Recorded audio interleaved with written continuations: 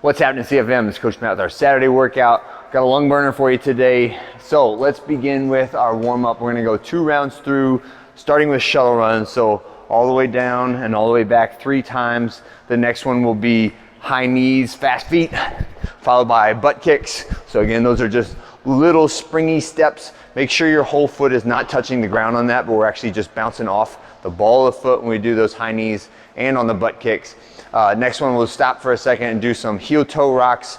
So rock back on the heels, push up on the toes, and then one more down and back of bunny hops. So springing from the toes and then broad jumps, okay? On the bunny hops, try not to let your knees bend much.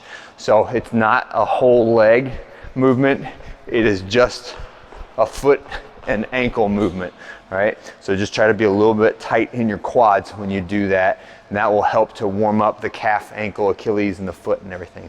All right, next, getting into the workout. It's gonna be a 30-minute AMRAP. You're gonna need yourself, you're gonna need a dumbbell for dumbbell snatches, you're gonna need a jump rope for jump ropes, and then some place to do a wall walk. And the way this will work, we'll go 3, 2, 1, go, 60 double unders. So double under, skill that we've been working on a lot this quarter. Elbows tight to the body, right? The position of the rope. This is a better position than this, okay? This position has lots more leverage over the end of that rope handle, and that's what creates the speed of this rope. So if I have it right here, I've got to move in a much bigger circle, wasting energy in order to get that rope to spin fast. All right, the next thing is my body position, right? I want to be standing tall. I don't want to be jumping and leaning backwards, right? Or extending my chest like this. It's a big issue that I see a lot, is people can get the rhythm of the double under, but they start bouncing backwards, backwards, backwards. So you need to be up over your tippy toes just a little bit, all right? So your body position is slightly forward.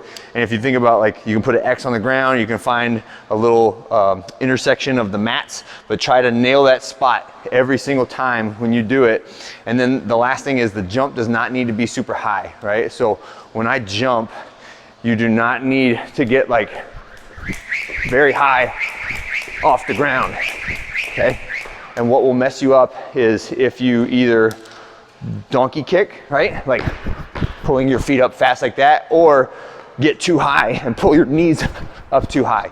The jump should be, again, just like the bunny hop, it should be mostly from the calf, ankle, and Achilles, and it only needs to be like this high off the ground, right? So the real magic is in keeping the shoulders tight, keeping the elbows tucked tight to the body, and using the rotation of your wrists to create that speed on the jump rope, on the double under.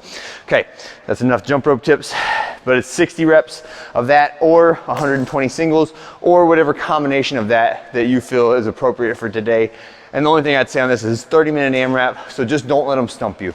If you get to like 12 and you trip, you do a few more and you trip, that's probably okay. If it's like 1, 2, trip, 3, 4, trip, that's probably where I would just practice double unders for like 20 or 30 seconds and then move back to singles so you can maintain some amount of intensity throughout the entire workout, and that will help you get a better overall workout. And we have plenty of opportunities to practice double unders at other times, right? So you finish your double unders, then we're gonna go into our dumbbell snatches. So this is one end of the dumbbell touches the ground, the other arm cannot be used to push off the leg.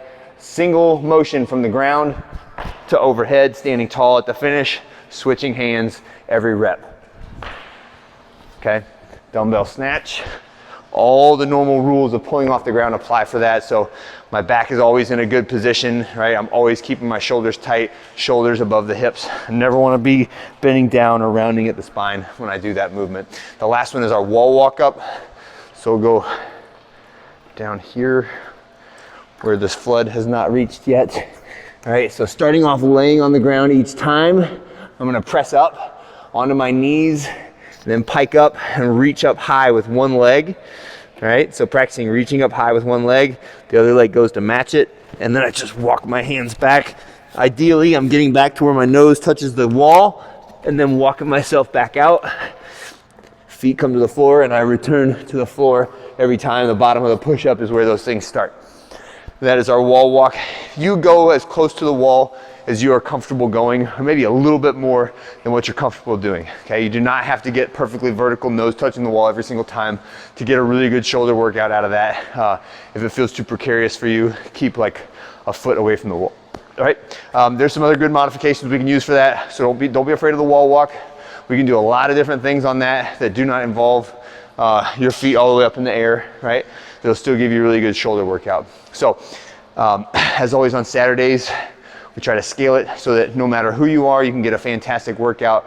Do not feel like you have to be smashed into this cookie cutter of a workout, but it is a really good one if you can just get the jumping, the pulling, the pushing with the arms, right? Those are all the intended stimulus of the workout for today to go for 30 minutes, all right? So don't sweat it if you can't do any one of those three, or if you need work on any one of those three, all right? That's it for today, it for the week, and I'll see you guys next Monday.